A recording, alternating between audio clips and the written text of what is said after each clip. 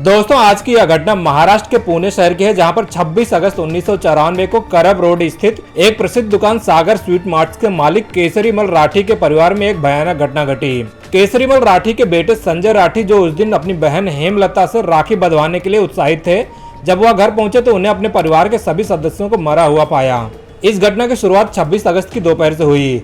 संजय राठी ने अपने पिता केसरीमल राठी से कहा कि वह दोपहर का खाना खुद घर ले जाएंगे, क्योंकि उनकी बहन हेमलता, जीजा श्रीकांत और उनका बेटा प्रतीक, जो कि 1.5 साल का था, उनके घर आए हुए थे। हेमलता इस बार रक्षाबंधन पर नहीं आई थी, इसलिए अब वह राखी बंधवाने के लिए उसके घर पहुंचा हुआ था। संजय अपने जीजा और बहन के साथ समय बिताने के बाद शाम को दुकान जल्दी बंद करके घर लौट गए।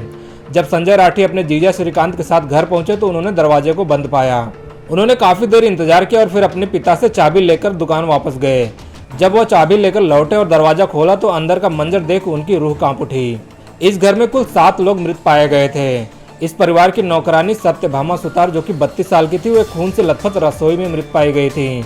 संजय की मां मीराबाई राठी, जिनकी उम्र 45 साल थी, वो भी खून से लथपथ कमरे में मृत मिली। संजय की गर्भवती पत्नी बबीता राठी उर्फ नीता, जो कि 24 साल की थी, वह अपने 2.5 साल के बेटे चिराग के साथ मृत पाई गई। संजय की बहन हेमलता, जो कि 26 साल की थी, वह खून से सने कमरे में मृत पाई गई। संजय की छोटी बहन प्रीति, जिसकी उम्र 19 साल थी, वह बाथरूम में मृत पाई गई। इसके अलावा संजय की पत्नी बबीता के गर्भ में पल रहा 8 महीने का बच्चा भी मारा गया। हेमलता का बेटा प्रतीक, जिसकी उम्र सिर्फ 1.5 साल थी, वह भी मृत पाया गया। इस घटना की सूचना पुलिस को दी गई और जब जांच शुरू हुई तो यह स्पष्ट हो गया कि अपराधी परिवार के करीबी व्यक्ति थे, क्योंकि घर में जबरन घुसने के कोई भी निशान नहीं मिले। संजय ने पुलिस को बताया कि एक व्यक्ति राजू सिंह, जो पहले उनके घर और दुकान से जुड़ा हुआ था, वह ऐसा कर सकता था। राजू सिंह राजस्थान के श्री गंगानगर जिले के मुकलावा गांव का निवासी था। उसने जून 1994 में पुणे आकर सागर स्वीट मार्ट्स में नौकरी शुरू की थी। वह अक्सर घर में आता जाता था और सभी से परिचित था। कुछ समय काम करने के बाद तनख्वाह को लेकर विवाद के चलते उसे नौकरी छोड़नी पड़ गई थी। इस पूरे घटनाक्रम में पुलिस ने 3 लोगों को संदिग्ध माना है, जिसमें पहला व्यक्ति राजू सिंह है, दूसरा व्यक्ति है नारायण राम चेतराम और तीसरा व्यक्ति है जितेंद्र। पुलिस जब इनके ठिकानों पर पहुंची तो तीनों गायब मिले। जांच में खुलासा हुआ कि राजू सिंह ने नाराजगी और लालच में आकर यह जघन्य अपराध किया। उसने अपने दोस्तों के साथ मिलकर परिवार की हत्या कर दी।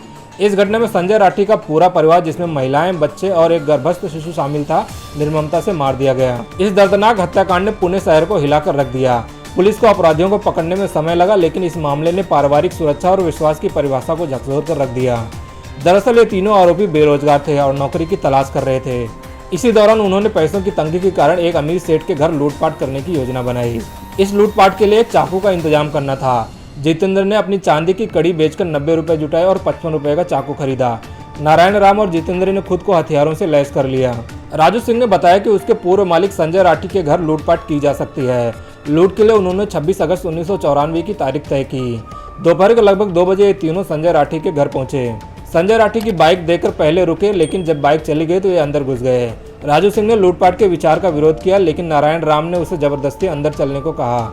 घर की नौकरानी ने दरवाजा खोला, क्योंकि वह राजू सिंह को पहले से जानती थी। अंदर जाकर उन्होंने घर की मालकिन मीराबाई राठी को धमकाया कि पैसे और गहने सौंप दे। मीराबाई ने विरोध किया तो नारायण राम ने उसे चाकू से मार डाला। इसके बाद उन्होंने गर्भवती नीता उर्फ बबीता, जो कि संजय राठी की पत्नी थी, उसको भी मार डाला। उनके गर्भ में 8 महीने का बच्चा था, जिसकी भी मौत हो गई। उनके 2.5 साल के बेटे चिराग को भी इन्होंने नहीं बख्शा। राजू को प्रीति, जो कि परिवार की छोटी बेटी थी, उसे मारने का काम सौंपा गया। राजू ने प्रीति का गला दबाया, लेकिन वह बच गई। नौकरानी और घर के अन्य सदस्य हेमलता का भी निर्ममता से कत्ल कर दिया गया। हेमलता ने विरोध किया तो नारायण राम ने उसके साथ बलात्कार करने की कोशिश की, लेकिन राजू ने इसका विरोध किया। जितेंद्र को कहा गया कि वह बच्चे को उसकी नानी के पास छोड़ाए, लेकिन जितेंद्र ने बच्चे को चाकू से गोद कर मार डाला। इस घटना के बाद 14 अक्टूबर 1994 को राजू सिंह ने खुद को सरेंडर कर दिया। नारायण राम और जितेंद्र भी पुलिस के हाथ लग गए। पूछताछ के दौरान राजू सिंह ने इस घटना की पूरी सच्चाई बताई और सरकारी गवाह बन गया। इसके बाद यह मामला कोर्ट में गया और 23 फरवरी 1999 को निचली अदालत ने नारायण राम और जितेंद्र को फांसी की सजा सुनाई। 22 जुलाई 1999 को हाई कोर्ट ने सजा बरकरार रखा।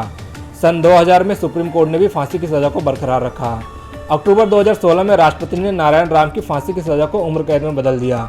यह आदेश दिया गया कि वह अपनी मृत्यु तक जेल में रहेगा। लेकिन मार्च 2023 में एक पुनर्विचार याचिका पर सुप्रीम कोर्ट ने नारायण राम को यह कहकर रिहा कर दिया कि घटना के समय उसकी उम्र मात्र 12 साल थी।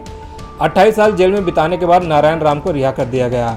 आज वह अपने परिवार के साथ खुली हवा में सांस ले रहा है। पत्रकारों ने जब उसकी तस्वीर ली तो वह मुस्कुराते हुए दिखाई दिया। जितेंद्र को आजीवन कारावास की सजा मिली है और वह अभी भी सलाखों के पीछे अपनी सजा काट रहा है।